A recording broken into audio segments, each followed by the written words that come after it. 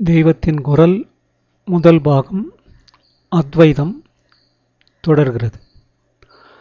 அத்வைதம் என்பதே ஆதிசங்கர பகவத்பாதால் நிலைநாட்டிய சித்தாந்தம் என்று எல்லோருக்கும் தெரியும். அத்வைதம் என்றால் என்ன?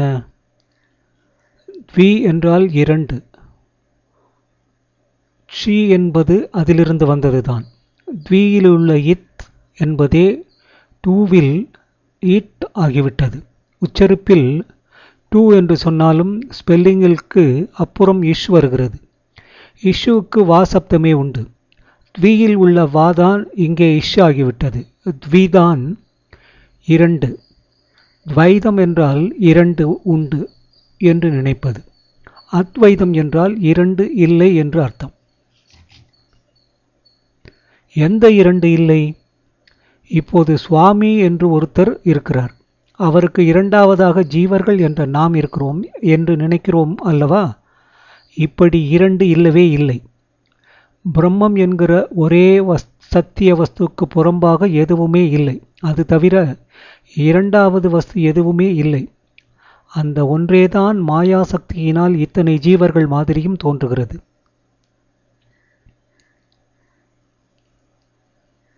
இதெல்லாம் வெறும் வேஷம்தான். ஒரு நடிகன் பல வேஷம் போட்டாலும் உள்ளே இருக்கிற ஆள் ஒருத்தன் என்பது போல் இத்தனை சுவாமி ஒருத்தன்தான் என்பது போல் இத்தனை ஜீவராசிகள் இருந்தாலும் அவற்றுக்கு உள்ளே இருக்கிற ஆள் சுவாமி ஒன்றுதான். ஜீவாத்மா பரமாத்மா என்ற விவகார தசையில் பிரித்து சொன்னாலும் வாஸ்தவத்தில் உள்ளது ஒரே ஆத்மாதான். நாம் மாயையை தாண்டி இந்த ஞானத்தை அனுபவத்தில் அடைந்துவிட்டால் அப்புறம் எத்தனையோ குறைபாடுகள் உள்ள ஜீவர்களாக இருக்க மாட்டோம். ஒரு குறையும் இல்லாத நிறைவான சத்தியமாகவே ஆகிவிடுவோம் என்பதுதான் ஆச்சாரியால் உபதேசித்த அத்வைத தத்துவம். இந்த அனுபவத்தை அடைந்துவிட்டால் அப்புறம் கஷ்டம், பாவம், பயம், காமம், துவேஷம் எதுவும் நம்மை கட்டுப்படுத்தாது. நமக்கு புறம்பாக எதுவோ இருப்பதாக நினைப்பதால் தானே அதனிடமிருந்து கஷ்டம், பயம், காமம், குரோதம் இத்தியாதிகள் நம்மை கட்டி போடுகின்றன. இதுதானே சம்சார பந்தம். நம்மை தவிர இன்னொன்றே இல்லாத போது எவன் கட்டுப்படுவான்? எது கட்டுப்படுத்தும்? கட்டு என்பதுதான் ஏது? இரண்டாவது வஸ்துவேதான் கிடையாதே. கட்டு என்றும் கட்டுகிற வஸ்து என்றும் நமக்கு வெளி வஸ்து எப்படி இருக்க முடியும்? கட்டிலிருந்து விடுபட்ட இந்த நிலைதான் முக்தி அல்லது மோட்சம். இந்த நிலையை எங்கேயோ வைகுண்டத்தில் அல்லது கைலாசத்தில் என்றைக்கோ போய் பெற வேண்டியதில்லை. இதை இங்கேயே இப்பொழுதே அனுபவித்து விடலாம். வாஸ்தவத்தில் இந்த மோட்சத்தை நாம் ஒன்றும் புதிதாக அடைவது இல்லை. பிரம்மம் என்கிற எல்லையற்ற சத்தியம் எப்போதுமே கட்டுப்படாத மோட்சமாக இருந்து கொண்டேதான் இருக்கிறது. பிரபஞ்சத்தில் ஆகாயம் எங்கு பார்த்தாலும் கட்டுப்படாமல் இருக்கிற மாதிரி இந்த பிரபஞ்சத்திலேயே பல பானைகளை வைத்திருக்கிறோம் என்றால் அவற்றுக்குள் இருக்கிற காலி இடத்திலும் எப்போதும் அந்த ஆகாசம் இருந்து கொண்டேதான் இருக்கிறது. ஒன்று எங்கும் பறந்து விரிந்த மகாகாசம், மற்றது பானைக்குள் உள்ள கடாகாசம் என்று நம் பார்வையில் வேண்டுமானால் பிரித்து சொல்லலாமே தவிர இரண்டு ஆகாசமும் வாஸ்தவத்தில் ஒன்றேதான். பானை என்கிற ரூபத்தை உடைத்து போட்டுவிட்டால் நாம் பார்வைக்கு கூட இரண்டும் ஒன்றாகவே ஆகிவிடுகிறது. இப்படியே பிரம்மத்தில் தனித்தனி பானைகள் மாதிரி நாம் மாயாசக்தியால் தோன்றியிருக்கிறோம். ஆனாலும் நாம் பிரம்மமேதான். மாயையின் பந்தத்தால் இது நமக்கு தெரியவில்லை. அதை உடைத்துவிட்டால் நாமும் அகண்டமான பிரம்மமே என்ற அனுபவம் வந்துவிடும். அந்த அனுபவம் சித்திப்பதற்கு படிகளாக கர்மம், உபாசனை இப்படி பல இருக்கின்றன. ஆச்சாரியால் நாம் எல்லோரும் ஏறிப்போவதற்கு சௌகரியமாக படிக்கட்டும் போட்டு கொடுத்திருக்கிறார். இந்த உபாயங்களை அனுஷ்டிக்கிற போதே நாம் பார்ப்பவை யாவும் ஒன்றுதான் என்ற நினைப்பும் நமக்கு உள்ளூர் இருந்து கொண்டே இருக்க வேண்டும். எல்லாம் ஒன்று என்பது பிரத்யட்ச அனுபவமாக வருகிற போது வரட்டும். ஆனால் இதுதான் உண்மை என்கிற நினைப்பை இப்போதிலிருந்தே அடிக்கடி உண்டாக்கி கொள்ள வேண்டும். ஸ்ரீ ஆதிசங்கர பகவத்பாதால் எல்லாவற்றையும் ஒன்றாக பார்க்க வேண்டும் என்று சொல்லிவிட்டார். ஆனால் உலகத்தில் வேறு வேறாக தெரிகிற எல்லா பிராணிகளையும் நாம எப்படி பார்ப்பது என்று குழப்பமாக இருக்கிறது.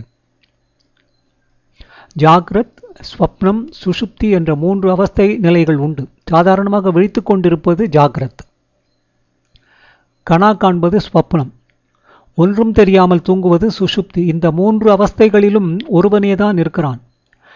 கனா கண்டவனும் விழித்து கொண்டவனும் ஒருவனே. ஆனால் கனா கண்ட பொழுது நடக்கின்றவைகளுக்கும் விழித்து கொண்ட பின் நடக்கின்றவைகளுக்கும் முன்னுக்கு பின் சம்பந்தமே இல்லை. கனவில் வேறு விதமான நடவடிக்கைகள் இருக்கின்றன, விழித்து கொண்ட போது வேறு விதமான நடவடிக்கைகள் இருக்கின்றன. அவஸ்தை வேறுபட்ட போதிலும் மனோபாவம் வேறுபட்ட போதிலும் இரண்டிலுமே ஒருவனே இருப்பது போல வேறு வேறு மனோபாவம் கொண்ட பல பிராணிகளிடத்திலும் இருப்பவன் ஒருவனே, அவனே நாம் என்று தெளிய வேண்டும். ஒரு காலத்தில் நமக்கு சாந்த குணம் இருக்கிறது, மற்றொரு சமயத்தில் கோபம் இருக்கிறது. ஆனாலும் 2 அவஸ்தையிலும் இருப்பவன் ஒருவனே என்பது அனுபவத்தில் தெரிகிற அவஸ்தாபேதங்களில் நாம் முகம், கை, கால் எல்லாவற்றின் போக்கம் மாறுகின்றன.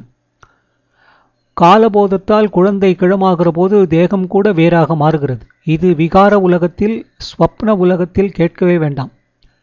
நாம் ஒருவருடைய மனசிலிருந்தே பல பேருடைய ரூபங்கள், பலவேறு இடங்கள், பலவேறு காலங்கள் எல்லாம் கனவில் உண்டாகின்றன.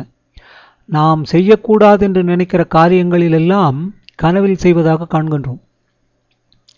இம்மாதிரி அவஸ்தாபேதங்களில் ஒன்றுக்கு ஒன்று விரோதமான காரியங்களை செய்தாலும் வேறு வேறு விதமான தேகமும் மனசும் இருந்தாலும் எல்லா அவஸ்தைகளிலும் இருப்பவன் ஒருவனே என்பது தெரிகிறது. நமக்கு ஜன்னி பிறந்தால் அதற்கு முன் நாம் செய்த காரியங்களுக்கு விரோதமாக செய்கிறோம். நாம் முன்பு ஒரு புஸ்தகம் எழுதியிருந்தால் இப்போது அதை நாமே கிழித்து விடுகிறோம். எழுதியவனும் கிழித்தவனும் ஒரே பேர் வழி. இந்த உலகமும் ஒரு கனவுதான். உலக வாழ்வும் மாயாஜுரத்தில் வந்த ஜன்னி என்று தெரிந்து கொண்டால் உண்மையில் எல்லாம் ஒன்று என்று உணர்வோம். நம் கனவில் ஒருத்தரின் மனமே இத்தனை பேரை சிருஷ்டித்த மாதிரி மகா பெரிய மனசு ஒன்றின் எண்ணங்களாகத்தான் இத்தனை ஜீவராசிகளும் என்று தெரியும். மற்றொருவன் நாம் எழுதிய புஸ்தகத்தை கிழித்தால் அவனும் நாம் தான் என்று உணர்வோம். விவகார உலகத்தில் எழுதியவனும் கிழிப்பவனும் வெவ்வேறு தேகத்தில் இருப்பதனால் வாஸ்தவத்தில் உள்ளே இருப்பவன் வேறாகி விடமாட்டான். எல்லாவற்றுக்குள்ளேயும் இருப்பது ஒன்றுதான். ஒருவன் நம்மை அடித்தால் வேறொருவன் நம்மை அடிப்பதாக நினைப்பது தப்பு. நாமே நம்மை அடித்துக் கொள்கிறோம் என்பது சத்தியம்.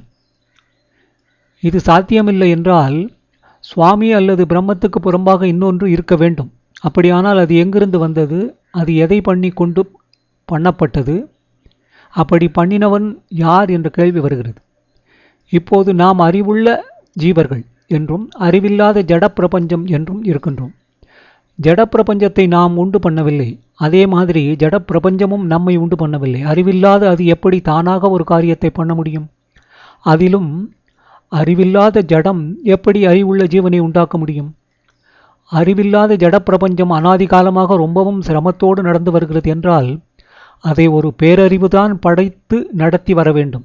அப்பேரறிவு வேறு ஏதோ வஸ்துவை கொண்டு பிரபஞ்சத்தை படைத்தது என்றால் அந்த வேறொரு வஸ்து எப்படி தானே வந்தது என்ற கேள்வி வருகிறது. எனவே பேரறிவேதான் இப்படி தன்னை தானே ஜட பிரபஞ்சமாக காட்டிக்கொள்கிறது. அப்புறம் இந்த ஜீவர்கள் இருக்கிறோமே, நாமவா உண்டானோம்? ஜீவராசிகளில் ஒவ்வொரு இனமும் ஒரே விதமான சுபாவங்கள், குணவிசேஷங்கள், சரீர அமைப்பு ஆகியவற்றோடு இருப்பதை பார்த்தால் அது எதுவும் தனித்தனியாக இப்படி உண்டாகி இருக்க முடியாது என்று நிச்சயமாகிறது. ஆனபடியால் இந்த ஜீவ சமூகம் முழுவதையும் ஒரு பேரறிவுதான் படைத்திருக்கிறது என்றாகிறது. ஜீவனுடைய அறிவு வேறெங்கிருந்தோ வரவில்லை, அந்த பேரறிவின் வேலைதான் என்று தெரிகிறது. இந்த ஜீவர்களுக்கு உணவு, உடுப்பு முதலிய ஜட பிரபஞ்சத்திலிருந்து கிடைக்க வேண்டியிருக்கிறது. ஜடத்தில் உள்ளனவற்றை வாசனை, சுவை, சீதம், உஷ்ணம் முதலியவற்றை அனுபவிக்க ஜீவனுக்கு இந்திரியங்கள் இருக்கின்றன. இப்படி ஜட பிரபஞ்சமும் ஜீவ பிரபஞ்சமும் ஒன்றுக்கொன்று நெருங்கி சம்பந்தப்பட்டிருக்கின்றன. இது ஜீவனாக ஏற்படுத்தி கொண்ட சம்பந்தம் அல்ல. இவன் ஜட பிரபஞ்சத்திலிருந்துதான் சாப்பாடு, துணி, வீடு எல்லாம் பெற வேண்டும் என்று இவன் திட்டம் போட்டான். இவன் போட்டால்தான் அது கட்டுப்படுமா? எனவே அந்த பேரறிவு தான் இப்படி சங்கற்பம் செய்து இவனை அதோடு சம்பந்தப்படுத்தி வைத்திருக்கிறது என்று தெரிகிறது. ஜட பிரபஞ்சத்தை ஏதோ ஒரு சக்தி படைத்து ஜீவ பிரபஞ்சத்தை வேறொரு சக்தி படைத்தது என்றால் இவை இரண்டையும் சேர்த்து பிடித்து சம்பந்தப்படுத்தி வைக்க முடியாது. எனவே ஜடம், சைதன்யம் இரண்டுக்குமே மூலம் அந்த பேரறிவு தான் என்றாகிறது. அது படைத்தது என்று சொன்னாலும் வெளிவஸ்துவை கொண்டு படைக்கவில்லை என்று பார்த்தோம். எனவே அதுவேதான் இத்தனை போலவும் தோன்றுகிறது என்பதே பரம சத்தியம். ஆக இருப்பது ஒன்றுதான் ஒன்றே பலவிதமாக தோன்றுகிறது. இப்படி பல வகையாக தோன்றுவதற்குரிய சக்தி அதற்கு இருக்கிறது. அதைத்தான் மாயை என்பது. ஒரே பிரம்மம் மாயா சக்தியால் பலவற்றைப் போல் தெரிகிறது. அதுதான் அத்வைதம்.